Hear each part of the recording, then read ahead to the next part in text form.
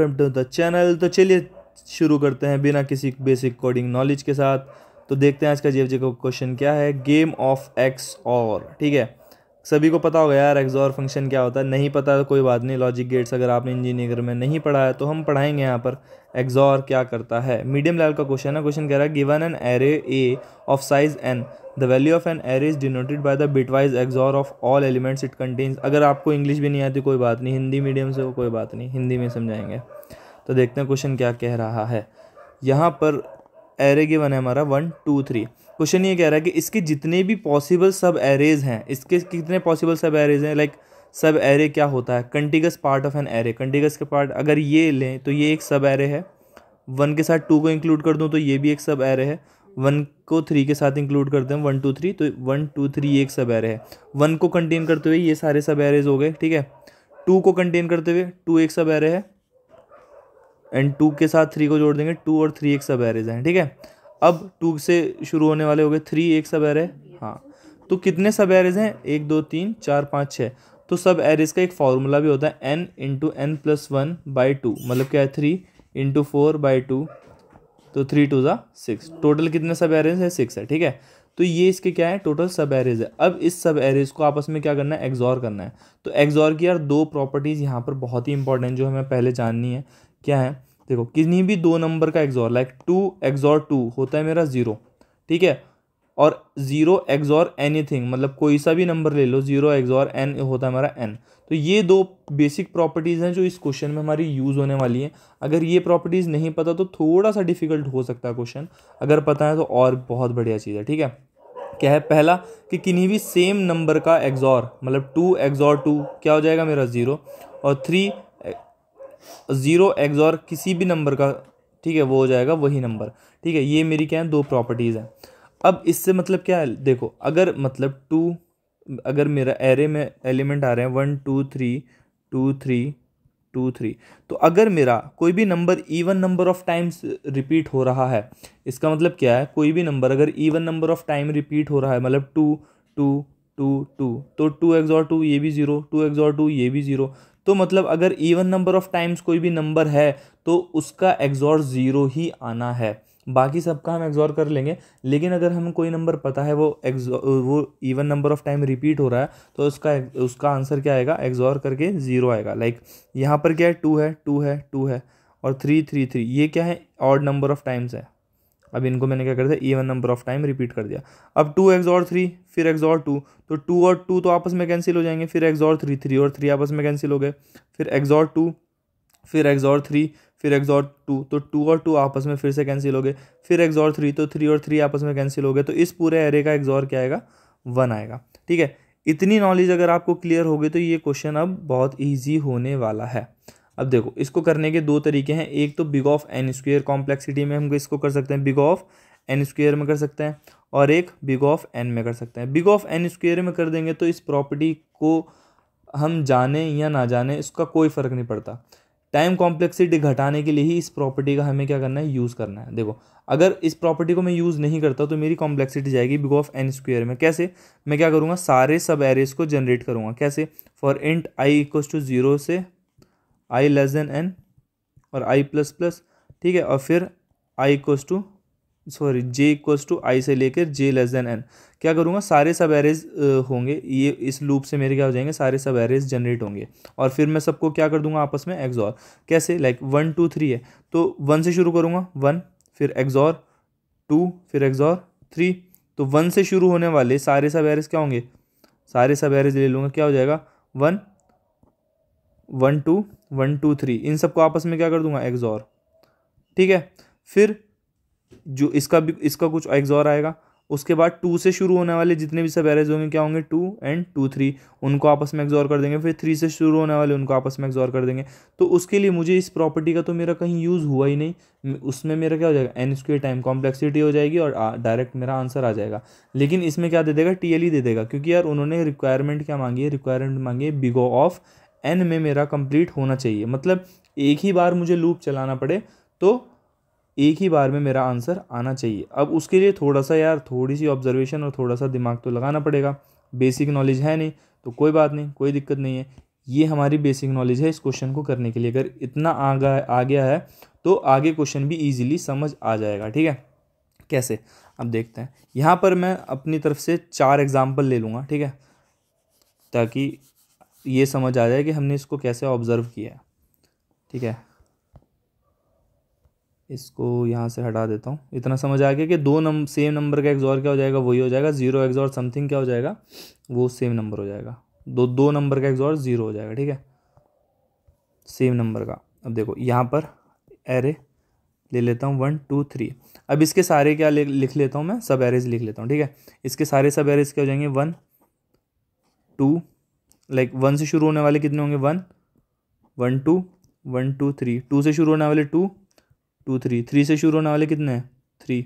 ठीक है, तो इसमें 1 कितने हैं, 1 2 3, 3 1 है। 2 कितने, 1 2 3 4। ठीक है, और 3 कितने, 1 2 3। ठीक है, ये हो गया। अब एक एरे ले लेता हूँ 1 2 3 4। ठीक है, ये क्या हो गया, ये मेरा एरे हो गया 1 2 3 4। अब इसके सारे सब एरेज लिख लो। 1 से शुरू होने वाले क्या होंगे, 1 1 2 1 2 3 1 2 3 4। ठीक है, फिर क्या हो जाएगा, 2 2 3 2 3 4। फिर नेक्स्ट क्या हो जाएगा, 3 3 4, नेक्स्ट 4। अब इसमें देखो क्या कि 1 कितनी बार आ रहा है, 1 2 3 4। ठीक है, 1 4 टाइम्स आया। 2 कितने टाइम्स आ रहा है, 1 2 3 4 5 6 6 टाइम्स। 3 कितने टाइम्स आ रहा है, 1 2 3 4 5 6 6 टाइम्स। 4 कितने टाइम्स आ रहा है, 1 2 3 4। ठीक है, 4 4 टाइम्स आ रहा है।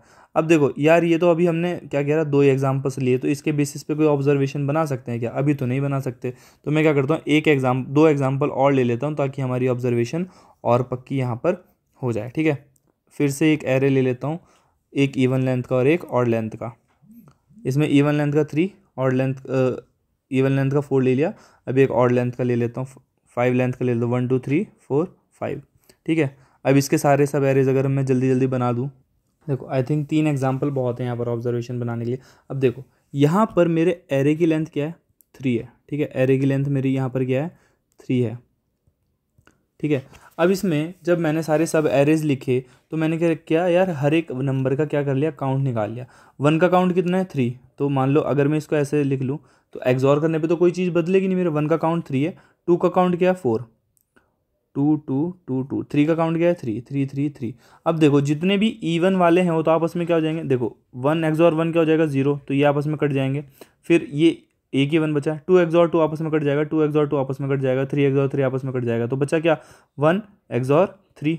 इसका आंसर क्या होगा, 1 एक्सॉर 3। 1 एक्सॉर 3 क्या आ जाएगा मेरा, 1 एक्सॉर 3 मेरा आंसर आ जाएगा 2। ठीक है, 1 एक्सॉर 3 मेरा होता है 2। अब यहाँ पर देखो ये इसकी लेंथ क्या है, 4 है, ये इवन लेंथ का है। इसमें 1 कितने टाइम्स है, 1 2 3 4 टाइम्स है। 2 कितने टाइम्स है, 6 टाइम्स है, 1 2 3 4 5 6। 3 कितने टाइम्स है, 6 टाइम्स है, 1 2 3 4 5 6। 4 कितने टाइम्स है, 4 टाइम्स है, 1 2 3 4। सब के सब क्या है, इवन टाइम्स हैं। 1 से 1 गया, 1 से 1 गया, 2 से 2 2 से 2 2 से 2 3 से 3 3 से 3 3 से 3 4 से 4 4 से 4। इसका आंसर क्या आ जाएगा, 0, क्योंकि सेम नंबर का एक्सॉर क्या होता है, 0। अब यहाँ पर क्या है, फिर से लेंथ मेरी क्या है, 5 है।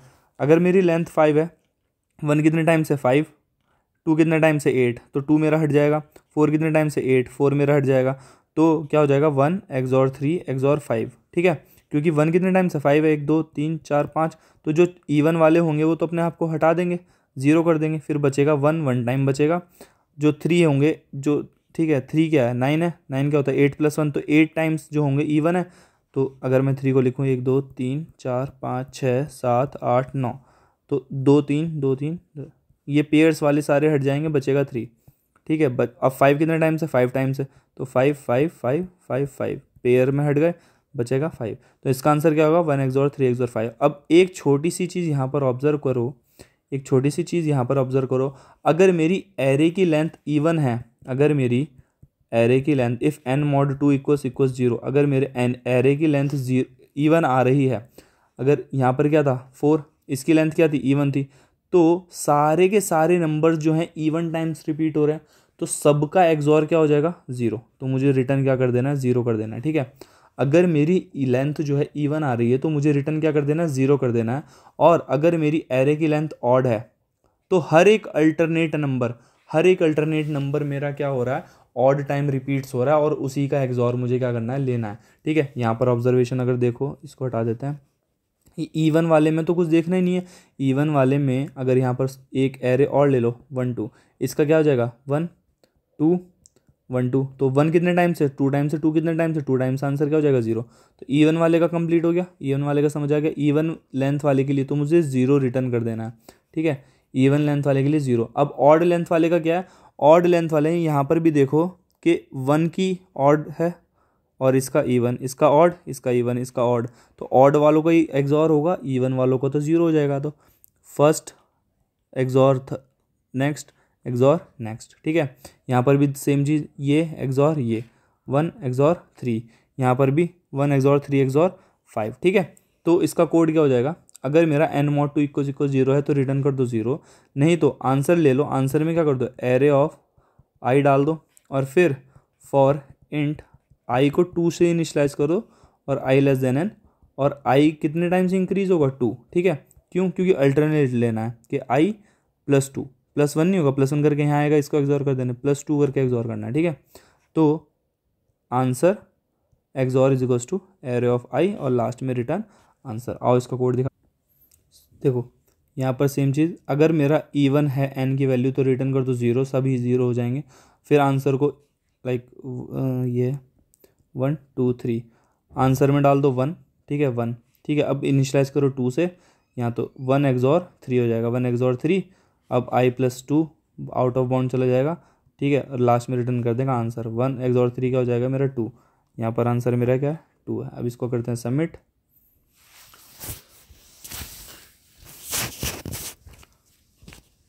तो ये सबमिट हो गया है यार। अगर आपको सॉल्यूशन समझ आया हो तो यार चैनल को ग्रो करने में हेल्प करो, न्यू ईयर से पहले मुझे भी 1000 सब्सक्राइब करने गेन करने में हेल्प करो। तो चलो यार, अगर वीडियो पसंद आया तो make sure to subscribe the channel, like the video and comment the part if you didn't get it और इवन यू गेट इट। तो चलिए एक साथ वाइंड अप करते हैं गाइस, थैंक यू।